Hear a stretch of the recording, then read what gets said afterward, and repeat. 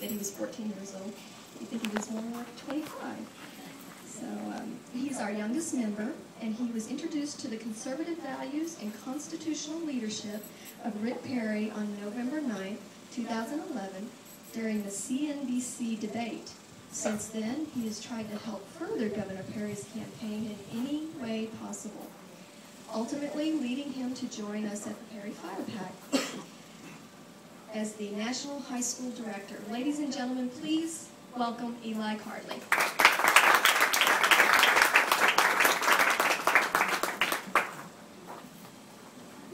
Thank you.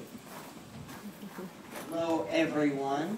I'm happy to be in your wonderful state for this event, because this town is a bit bigger than my state, actually. Now, I can instantly tell there's a difference between the two states. Ours is a lot quieter. This one's very loud and busy. I've had more excitement here than my entire summer. We've already met a prostitute. We had an epidemic of lice. And I had 20 to 30 false alarms where I thought I saw Rick Perry on the street.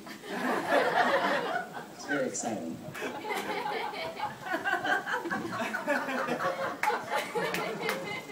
But, yes, I haven't been in this game as long as a lot of you, even though I try and look like I have. But I feel very privileged to be able to share this moment with all of you, and that all of our hard work over the months has reached a head today, and we are able to all come together in the pursuit of one idea, making Rick Perry the President of the United States of America.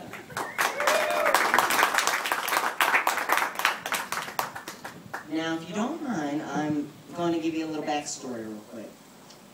A while ago, me and my grandmother, who many of you expected to be here but is taken ill, and my aunt found a set of lapel pins. And if you don't know what that is, it's just the little pins you stick on your lapel there. And they were American flags. They belonged to my deceased uncle. And it gave me a nice thought. And usually the first thing that comes to mind is, why would somebody have these? And quite obviously, it is because, like many in our nation, we have so many who care greatly for it, that they're willing to display their affection and liking of our nation in any way possible. That was just one of the few ways. And that's why we're all here today. Is because we are trying to preserve our nation for those who care for it so deeply. And we feel the best way to do that is by supporting a candidate who best fits our ideas and cares so greatly for that nation. So that's why I'm here today. I'm sure we all have our colorful histories. But like was said, I first became introduced to Perry on November 9th, 2011. And I will never forget that day, and I don't think Rick will either. It was kind of a big day. He forgot the Department of Energy that day. Kind of sad. Not really a good way to start off. I didn't let that deter me, though. To seek good political facts, I tuned into Saturday Night Live that night to hear the true story. I must say Alec Baldwin did him justice. Nevertheless, I pressed on, and I continued to look, and the main thing that stands out to me among the 7 candidates is that record. Golly, look at that record. 1.2 million jobs created over 12 years during a recession. During a recession. And, you know, some say his record didn't stand up to muster. A majority of them were minimum wage, low-paying jobs. That was the first question he got at his very first debate. And his response, strong as always, 95% of those jobs were above minimum wage. They went as far to dub it the Texas Miracle. His entire platform, a great improvement from Michael Dukakis' Massachusetts Miracle, as Mitt Romney tried to smartly point out. But that was my main point for him. And, you know, his Christian values and things of that nature, well, that's just an add-on. That's the icing on the cake. You got to get in that core. It's all about the economy and jobs. And if we have a candidate whose record on jobs does not stand up to muster, then they have not been properly vetted, and I'm confused as to why they're still in this race.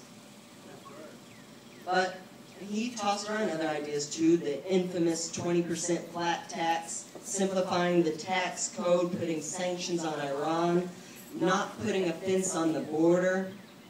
You may have heard that story from Michelle Bachmann numerous times, and not as in nice a tone as I'm saying it now, but that was a big talking point as well.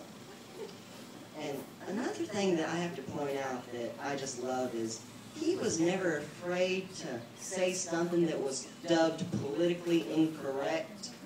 If you remember the first time he was challenged on something by his own party, his exact words were, "Well, then you just don't have a heart." And, you know, some will see that as a negative, saying those tough words, but I'm going to count it as a positive, willing to tell the truth like that. He spoke out against a Republican majority Congress, as well as the Democratic majority. The point is, we all make mistakes, and you are lying to yourself if you're not willing to point them out on both sides. Some will say, now that Mitt Romney is our nominee, I can't vet him still. I am going to vet him to death. Just because he has an R in front of his name, I'm not going any easy on him. All of our candidates deserve to be vetted. And don't think I didn't vet Governor Perry. He's taken a few mulligans. I was there for him, you know, stumbling and getting a little tipsy on stage and things of that nature. I laughed more than I winched, but the point is we all make mistakes. We forget departments, we get a little tipsy like that, we forget the voting age, and sometimes, well, we wear silly Texas boots with American flags printed on them. We all make mistakes. And the reason why I'm here mainly is because I'm willing to look past them and further our nation. And that's why I think we're all here too, to further and preserve our nation. So I'm going to leave now. I have to help our surprise guests get ready. So thank you very much for allowing me to be here, allowing me to lead Team Fire High School. I will continue to do my best for our PAC and for our nation. Thank you very much.